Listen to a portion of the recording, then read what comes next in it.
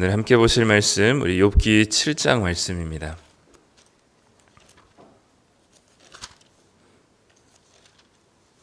욥기 7장 구약성경 767쪽입니다.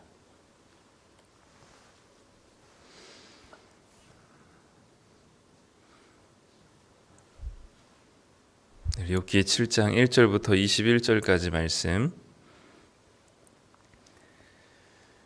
우리 다 함께 같이 읽도록 하겠습니다. 우리 1절부터 읽겠습니다. 이 땅에 사는 인생에게 힘든 노동이 있지 아니하겠느냐? 그의 날이 품꾼의 날과 같이 아니하겠느냐?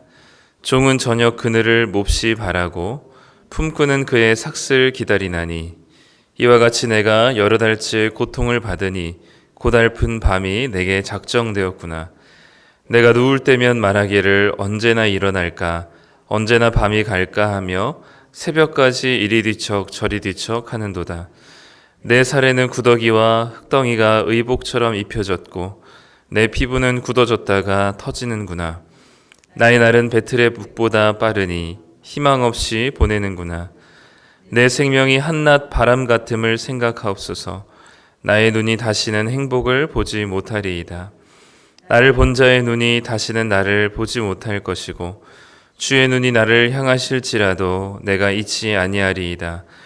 구름이 사라져 없어짐같이 수월로 내려가는 자는 다시 올라오지 못할 것이오니 그는 다시 자기 집으로 돌아가지 못하겠고 자기 처소도 다시 그를 알지 못하리이다. 그런즉 내가 내 입을 금하지 아니하고 내 영혼의 아픔 때문에 말하며 내 마음의 괴로움 때문에 불평하리이다. 내가 바다니까 바다 괴물이나이까 주께서 어찌하여 나를 지키시나이까. 혹시 내가 말하기를 내 잠자리가 나를 위로하고 내 침상이 내 수심을 풀리라 할 때에 주께서 꿈으로 나를 놀라게 하시고 환상으로 나를 두렵게 하시나이다. 이러므로 내 마음이 뼈를 깎는 고통을 겪느니 차라리 숨이 막히는 것과 죽는 것을 택하리이다. 내가 생명을 싫어하고 영원히 살기를 원하지 아니하오니 나를 놓으소서. 내 날은 헛것이니이다. 사람이 무엇이기에 주께서 그를 크게 만드사 그에게 마음을 두시고 아침마다 권징하시며 순간마다 단련하시나이까. 주께서 내게서 눈을 돌이키지 아니하시며 내가 침을 삼킬 동안도 나를 놓지 아니하시기를 어느 때까지 하시리이까. 사람을 감찰하시는 이여 내가 범죄하였던들 주께 무슨 해가 되오리이까.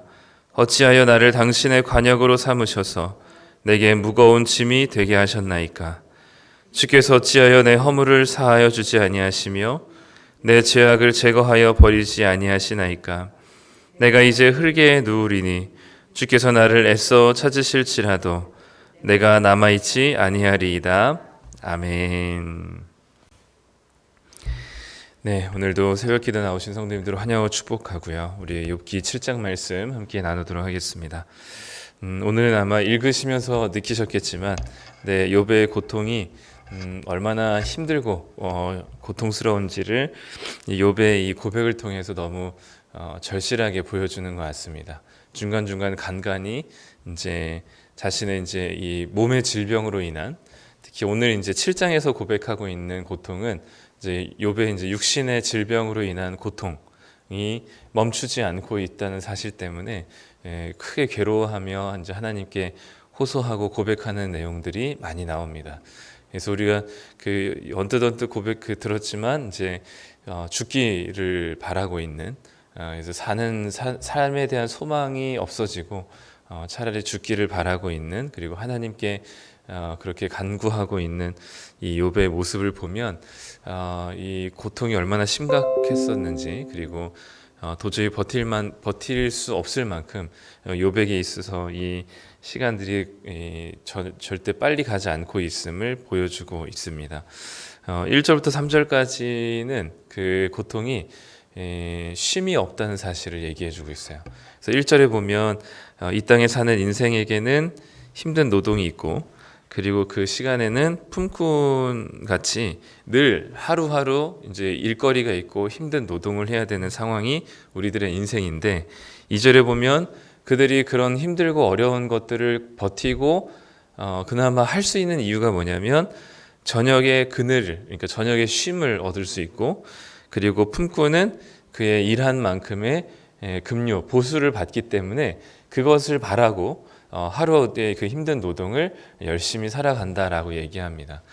마치 우리 그 월급날을 기다리면서 버텨가는 직장인의 모습과 같이 또 저녁에 어쨌든 가족들과 함께 쉼을 얻고 저녁 식사를 하는 것을 기다리면서 또 저녁에 이 하루의 고된 노동을 마치면서 자기의 이제 하고 싶었던 일들을 할 수 있는 그런 쉼을 얻을 수 있는 그 시간들을 기다리면서 하루를 버티고 또는 한 달을 버티는 직장인과 일반 사람들의 모습처럼 힘든 고통과 노동 속에는 반드시 그 어떤 이 쉼이라는, 그리고 급료 보수라고 하는 그런 것들을 기다릴 수 있는 소망이 있기 때문에 그 고통을 이제 버틸 수 있다라고 얘기하는 거죠. 그런데 3절에 욥이 그런데 내가 여러 달째 고통을 받고 있으니 이 고달픈 밤이 나에게는 작정되었다라고 고백합니다. 이 고통스러운 삶이 뭔가 끝날 때는 뭔가 좋은 일을 기대할 수 있어야만 하는데 욥은 아무것도 기대할 것 없이 종이 쉼을, 저녁에 쉼을 기다리면서 고통을 버티듯이, 또는 직장인들이 또는 하루 품꾼이 자신이 이제 하루 일을 마치고 나서 받을 급료를, 보수를 생각하면서 고통을 버티듯이 지금의 고통, 어쨌든 어떤 소망을 가지고 버텨야 되는데 욥에게는 그 어떤 소망도 없고 계속해서 연속적으로 지금 몇 달 동안 자신의 몸의 고통이 자신을 힘들게 하고 있다라고 얘기를 합니다. 그러면서 이제 4절부터 5절까지는 그 고통이 무엇인지를 얘기하고 있어요. 그게 바로 5절에 보니까 사례는 구더기와 흙덩이, 그러니까 몸에서 고름이 나기 때문에 이 지금 제 가운데 바닥에 앉아 있잖아요. 그러니까 그 고름 때문에 고름과 뒤섞인 흙이 묻어 있는 겁니다. 그래서 그 사례는 구더기와 흙덩이가 옷처럼 입혀졌고, 그러다 보니까 피부가 그 고름이 굳어지다 보니까 굳어졌다가 터지다가를 반복하는. 그래서 욥의 지금 이 고통의 상태가 뭐 다른 것들도 많이 힘들지만 지금 7장에서는 자신의 몸에 나타난 그런 피부 질환으로 인한 이 심각한 병으로 인한 고통들이 이 욥을 지금 괴롭히고 있고 힘들게 하고 있는, 그리고 이것이 깨끗하거나 나아질 것에 대한 소망이 없는 상태. 그러다 보니까 4절 말씀처럼 누우면 언제 일어날까, 언제 밤이 갈까 하며 새벽까지 이리 뒤척 저리 뒤척하며 밤잠을 이루지 못하고 있는 이 욥의 고통을 너무나 구체적으로 잘 묘사하고 표현해주고 있습니다. 그렇게 희망 없는 시간들을 보내다 보니까 7절부터 10절까지 제일 많이 나오는 단어가 뭐냐면 다시입니다. 다시. 7절에서는 내가 다시는 행복을 보지 못할 것이다. 8절에서도 내가 다시는 나를 이전에 본 사람들은 나를 보지 못할 것이다. 9절에서도 다시 스올로 내려갔던 자, 그 죽음의 이 자리로 내려갔던 사람은 다시 올라오지 못한다. 10절에서도 다시 자기 집으로 가지 못하고 자기 처소도 다시는 그를 알지 못할 것이다 라고 얘기하면서 이 다시라는 단어를 통해서 무언가 다시 회복될 것에 대한 기대와 소망이 욥에게는 끊어졌다는 사실을 너무나 명백하게 보여주죠. 지옥이 왜 고통스럽다라고 생각하실까요? 지옥이 고통스러운 이유는 그 고통이 끝나지 않기 때문입니다. 중국에서, 제가 알고 있는 중국에서 아마 고문하는 방법 중에 하나인 것 같은데, 사람을 이제 움직이지 못하게 매달아 놓고 이마에다가 물을 한 방울씩 이제 주기적으로 떨어뜨리는 겁니다. 그래서 뭐 5초에 한 번씩, 3초에 한 번씩 머리에 이제 이마에 물방울을 떨어뜨리는 거죠. 그럼 이제 이 고통, 이게 물방울이 아무런 고통을 느끼지 못하지만 사실은 이 주기적으로 계속해서 반복적으로 떨어지는 이 물방울 하나가 사람에게 엄청난 큰 데미지와 자극을 줘서 이 물방울이 떨어질 때마다 이 물리적인 충격은 별로 이렇게 세지 않지만, 아무것도 아니지만 그 물방울이 떨어지는 그 모습을 보면서 자기 이마로 떨어지는 그 모습을 꿈쩍도 못하고 바라봐야 되는 그 상황이 인간으로 하여금 굉장히 패닉 상태에 만들어 버린다고 합니다. 그래서 중국의 아마 가장 심각한 고문 중에 하나로 움직이지 못하게 하고 물방울을 일정 간격으로 떨어뜨리는 그것이 굉장히 심각한 고문으로 알려져 있는데, 그것들이 고통스럽고 힘든 이유는 뭐냐면 물리적인 타격은 사실 별로 되지 않지만 그것이 끝이 없다는 사실 때문인 거죠. 우리가 죽음 이후에 천국과 지옥에 대해서 생각하면서 지옥이 끔찍한 이유는 불에 태워지거나 막 그런 끔찍한 고통이기 때문이기보다, 그게 아주 큰 물리적으로 힘들고 고통스러운 일이기보다는 그것이 끝이 없다는 사실, 영원토록 그 고통이 반복되고 그것이 그 고통으로부터 뭔가 그 구원받거나 해방되거나 자유하게 될 어떤 소지가 없다는 사실이 인간으로 하여금 가장 큰 고통이라고 여겨집니다. 물론 이 땅에서 사는 것도 마찬가지죠. 아무리 큰 힘든 일을 겪는다 할지라도 뭔가 솟아날 구멍들이 또는 기댈 만한 무언가가 있다면 아마 버틸만 하고 또는 그 고통을 극복할 만한 힘이 생길 겁니다. 근데 그 어떤 고통이라도, 아주 작은 고통이라도 뭔가 이것으로 인해서 해결될 것 같지 않고 더 나아질 것 같지 않은, 소망이 전혀 보이지 않는 완벽한 절망의 상태로 빠져버린다면 남들이 보기에는 별 고통이 아니지만 본인이 느끼기에는 이것이 해결할 수 없는 아주 큰 고통으로 다가와서 내가 보기에는 살만한 사람인 것 같은데 그 사람에게는 자신의 삶을 포기할 수밖에 없을 만큼 큰 고통으로 여겨지는 겁니다. 젊은이들이 상대적으로 좀 이렇게 무기력한 삶을 살아가고 있는 것 같아 보이는 그런 이제 현대 사회를 살아가고 있는데, 어떤 분이 그런 얘기를 하더라고요. 그러니까 이렇게 집에서 이제 아무것도 하지 않고 게임만 하거나 또는 혼자 뭔가 이렇게 생산적인 활동을 하지 못하고, 그리고 제대로 된 뭐 기업에 취직하는 것은 둘째치고라도 자기 삶을 아르바이트라도 하면서 자기 삶을 영위할 수 있는데도 불구하고 그런 것들을 하지 않는, 그리고 집안에서는 틀어박혀서 그렇게만 하고 있는 사람들, 젊은이들을 향해서 이제 그런 이야기들을 하는 사람들에게 어떤 이제 어른이 그런 얘기를 하더라고요. 그러니까 미래가 보여서 지금 당장 하루 벌어 먹고 사는 거랑 미래가 보이지 않아서 하루 벌어 먹고 사는 거랑은 전혀 다른 이야기다. 그러니까 뭔가 이것을 이렇게 지금은 하루 벌어 먹고 살지만, 지금은 내가 아르바이트로 먹고 살지만 이제는 내가 좀 더 열심히 해서 좀 더 나은 곳에서 정규직이든 어쨌든 취직을 해서 나은 미래를 꿈꿀 수 있는 상황에서 하는 아르바이트는 충분히 삶의 희망을 가져다 주지만, 내가 아무리 열심히 해도 집 한 채를 가지지 못한다는 사실, 내가 열심히 일해도 무언가 더 나은 미래를 보장받을 길이 없다는 절망 상태에 있다면 그 하루 일하는 것은, 육체적으로 하루 일하는 것은 어렵지 않지만 이미 그 삶이 완전히 무너져 버렸기 때문에 그것이 하루 벌어 먹고 사는 그 아르바이트라도 하라는 그 소리들이 아마 전혀 들리지 않을 거다, 이런 얘기들을 들었던 기억이 있습니다. 마찬가지로 욥에게도 지금의 욥이 고통스러운 이유는 자신의 심각한 질병 때문이기도 하지만 이것이 어떻게 더 나아질 것이라는 소망과 미래에 대한 기대가 전혀 없어져 버렸기 때문입니다. 그래서 다시는 나에게 이전의 행복과 또 이전의 이 삶의 모습들이 또는 건강했었던 그 삶으로 회복되지 않을 것이라는 그런 완전한 절망 상태에 욥이 빠져 있는 것이죠. 이런 사람에게는 이런 아까 얘기했던 엘리바스와 같이 이 5장 6장에서 얘기했었던 너가 왜 이렇게 힘들게 살아가는지, 너가 왜 이런 고통을 당하는지 한번 그 원인을 생각해 봐라, 너가 어떤 잘못을 저질렀는지 한번 생각해 봐라 라는 이야기가 아마 전혀 들리지가 않을 겁니다. 그러면서 11절부터 21절까지는 하나님에게 자신이 하나님께 하고 싶은 말을 자기가 이제 멈추지 않겠다라고 얘기합니다. 11절에 보면 그런즉 내가 내 입을 금하지 아니하고 내 영혼의 아픔 때문에 말하고 내 마음의 괴로움 때문에 불평할 것이다 라고 아예 선언을 해버리죠. 그러면서 12절부터 쭉 얘기하기로는 12절에서는 하나님이 마치 바다괴물처럼 나를 여기신다는 거죠. 그러니까 뭔가 무찔러야 되고 공격해야 될 대상으로 나를 생각하신다라는 겁니다.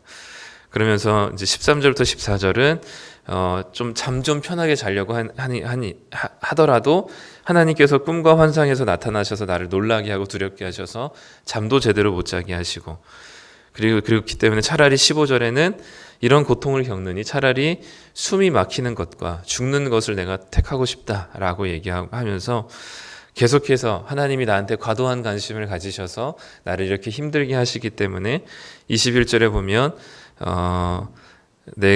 내가 이제는 흙에 눕고 싶고 이제는 죽어버리고 싶다라고 얘기하면서 하나님의 시선으로부터 빨리 사라지고 싶다라는 고백을 하게 됩니다. 삶이 더 이상 욥에게는 희망이 되지 않고 포기하고 싶을 만큼 힘든 고통의 시간이다라는 것이죠. 1절부터 10절까지는 하나님께 너무 힘드니 살려달라라고 얘기하고 11절부터 21절에서는 너무 힘드니 죽여달라라고 얘기합니다. 둘 다 욥의 진정한 심정일 것이고요. 아마도 힘드니 죽여달라 이 얘기는 그만큼 고통이 크다는 사실, 그래서 하나님께서 빨리 회복해 주시고 어떻게든 그 일말의 아주 작은 소망이라도 바라보고 싶다라는 욥의 간절한 마음이 담겨 있을 것이라 여겨집니다. 혹시나 본인이 또는 주변의 누가 식구들이 또 몸의 질병으로 인해서 또는 이 나아지지 않을 것이라는 그런 이 절망 가운데서 고통 중에 있는 성도님들이 계시다면 일단 욥이 오늘 7장에서 고백한 것처럼 자신의 이 마음에 있는 솔직한 마음들을 하나님께 고백하는 것을 두려워하지 않았습니다. 자신의 마음과 생각이 그게 어떤 마음이든 하나님을 원망하는 마음이든 또는 하나님께 나를 죽여달라고 얘기하는 마음이든 하나님께서 나에게 너무나 과도한 관심을 가져서 내가 지금 이렇게까지 힘들다라고 얘기하든 하나님이 나를 공격하시기를 바다괴물처럼 여기셔서 나를 어떻게 이렇게 공격하시고 나를 관역 삼아서 나를 이렇게 힘들게 하십니까? 라는 말이든 아니면 나에게 더 이상 소망이 없다라는 이 말이든 욥은 자신의 마음속에 있는 것들을 하나님께 이 가감 없이 고백하고 있는 모습을 보여줍니다. 우리가 오늘도 이 살아가는 삶 속에 또 우리 마주하고 있는 고통 속에 또는 우리 내가 아니더라도 지체들이나 또는 가족이 이런 고통 중에 있다면 우리는 가감없이 하나님께 이 절망의 상태들을 고백할 수밖에 없고요. 그것이 어떤 말이 됐든 하나님께서는 다 들으실 준비가 되어 있으실 것입니다. 그리고 그 고통이 우리가 보기에는 별거 아닌 것 같아 보일 수 있어요. 우리가 보기에는 내가 저런 상태면은 나는 이렇게 살 텐데라고 생각할 수 있습니다. 근데 우리는 각자가 다른 인생의 무게들을 짊어지고 있기 때문에 우리가 다른 인생을 함부로 판단하거나 그 고통의 경중을 우리가 평가할 수 없는 노릇이죠. 그렇기 때문에 내가 보기에는 저것을 극복할 수 있어 보일지 모르겠지만 그 사람에게 있어서는 지금은 이 욥과 같이 어떤 앞이 보이지 않는 아주 저 터널 반대쪽에 빛이 보이지 않는 아주 깜깜한 시절과 절망의 상태를 보내고 있다면 그것이 극복할 만한 고통이라 할지라도 그것은 아주 심각하고 이것은 이 삶을 포기할 정도로 어려운 시기를 지나고 있다는 사실을 기억해 주시고 우리가 너무 쉽게 상대방의 이 고통에 둔감해서 또는 이것이 나랑 지금 비교해서 내가 더 힘들고 내가 어려운데 나는 이렇게 잘 극복하고 있는데 너는 왜 그렇게 못하느냐라고 타박하거나 비교함으로써 정죄하고 비난하기보다 그 사람에게는 그 고통이 지금으로서는 그 어떤 고통보다 심각하다는 사실을 우리가 인지하고 그리고 그 무기력과 절망들이 어떤 상태인지를 우리가 이해하고 우리가 먼저는 그 고통에 함께 동참하는 것이 이 욥의 고백과 같은 삶에 주어진 사람들에게 있어서의 필요한 것이라고 여겨집니다. 진짜 고통의 끝이 보이지 않는다면 이 누군가가 빛이 되어줄 필요가 있는 거죠. 그것이 그 정도의 고통은 넉넉하게 이길 수 있다라고 여기는 마음이 있다면 그것은 내가 그 사람에게 하나의 이제 기댈 수 있는 빛이 되어줄 수 있는 상태라고 여겨집니다. 그렇기 때문에 이 아무것도 보이지 않는 소망이 보이지 않을 때 누군가가 자기의 편이 되어줘서 기댈 수만 있다면 아마 그 사람은 그 깜깜한 터널과 절망의 시간들을 버틸 만한 힘이 생기게 될 수 있을 것 같습니다. 오늘도 우리가 주님께 나올 때 우리의 마음을 다 있는 대로 다 끄집어냈으면 좋겠습니다. 하나님 앞에 우리가 이렇게 말도 그렇고 우리 마음도 그렇고 뭔가 이렇게 갖춰진 상태에서 또는 뭔가 형식이 좀 이렇게 주어진 상태로서 우리가 얘기하기는 것보다 정말 우리의 마음에 있는 솔직한 것들, 또 우리 마음에 깊숙하게 우리 마음에 자리 잡았던 그 하나님께 하고 싶었던 말들과 또 내 마음에 깊숙이 자리 잡았던 내 감정들, 내 고백들을 하나님께 솔직하게 쏟아내는 시간들이 필요하죠. 그래서 그런 쏟아내는 시간들이 기도의 시간들이 됐으면 좋겠고, 또 한 가지는 지체들의 고통이나 다른 이들의 고통이 내가 보기엔 가벼워 보일 수 있어도 그것이 얼마나 그 사람에게 힘들고 고통스러운 일인지를 기억하고 그들에게 버틸 만한 힘이 되어주는 것이 또 우리들이 해야 될 일이라고 여겨집니다. 오늘 하루도 이 하나님께 고백하고 또 주님께서 주시는 위로와 힘을 가지고 살아가시는 우리 성도님들이 되시기를 간절히 소망합니다. 기도하겠습니다. 하나님 아버지 감사합니다. 오늘도 우리가 주님 앞에 나온 이유는 우리가 뭐 형식을 갖추고 또는 우리의 마음을 또 우리의 입술의 고백이 또 유창하기 위해서가 아니라 하나님 앞에 우리의 마음 깊은 곳에 있는 우리들의 심령에 하고 싶은 말들을 가감없이 쏟아내기 위해 나온 줄 믿습니다. 하나님, 이 시간 우리가 하나님 앞에 우리가 형식을 가지고 따지고 또는 어떤 자리를 가지고 생각하기보다 우리의 마음속에 있는 말들을 진실되게 주님께 고백하는 시간들 되게 하여 주시옵소서. 우리의 마음이 열리고 또 우리의 기도에 할 말들이 생각나게 하여 주시며 하나님께 하고 싶고 쏟아내야 될 말들을 우리가 다 쏟아내며 하나님께서 주시는 위로와 힘을 얻고 돌아갈 수 있는 시간 되게 하여 주시옵소서. 또한 우리가 누군가의 고통과 어려움들을 직면하게 된다면 그것이 내가 보기에는 가벼워 보일 수 있어도 그 지체나 또 그 가족에게는 너무나 힘겨운 시간들임을 우리가 깨닫고 우리가 옆에서 함께 그 고통과 깜깜한 절망의 시간들을 버텨낼 수 있는 아주 작은 소망이 될 수 있도록 하나님 우리를 그렇게 사용하여 주시기를 소망합니다. 오늘 하루도 누군가에게 기댈 만한 어깨가 되고 하나님께 나아와 우리의 마음에 있는 것들을 쏟아낼 수 있는 자 되어서 늘 하루하루가 주님께서 주신 은혜와 또 하나님께서 베푸시는 그 자비하심으로 살아갈 수 있는 그런 겸손한 자들 될 수 있도록 인도하여 주시옵소서. 주님께서 붙들어 주시고 또 우리의 오늘 하루의 삶을 인도해 가실 것을 믿으며 예수님의 이름으로 기도드립니다. 아멘.